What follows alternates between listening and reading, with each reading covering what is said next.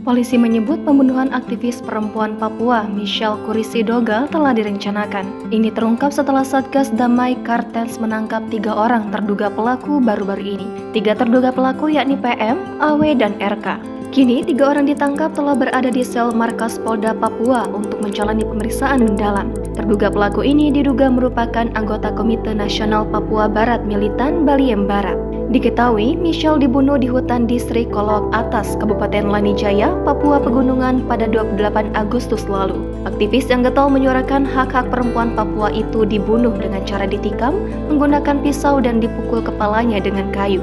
Kepala Operasi Damai Kartens 2023 Kombes Faizal Ramadhani menyebut penangkapan pelaku berdasarkan hasil penyelidikan atas video pembunuhan yang beredar. Pada Kamis 5 Oktober lalu, pihaknya menangkap 1 terduga pelaku inisial PM di Jayawijaya. Polisi juga mengantongi 7 nama terduga pelaku yang ada saat peristiwa pembunuhan terjadi.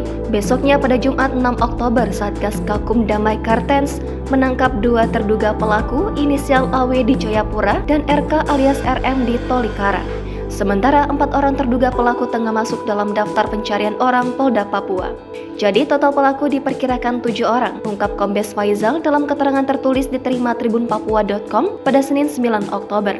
7 orang itu berinisial PM, AW, RK, KW, CW, DW, dan K. Faizal menuturkan peristiwa pembunuhan Michelle Dogal direkam dan disiarkan langsung oleh pelaku, lalu disebarkan melalui kanal media sosial hingga viral. Dalam video tersebut, korban awalnya diinterogasi oleh para pelaku. Tidak lama kemudian, terlihat Michelle terkapar di semak-semak dengan kondisi darah terkucur di baju bagian dada korban. Sementara itu, Kasatgas Humas Damai Kartens AKBP Bayu Suseno menyebut kasus pembunuhan Michelle telah direncanakan.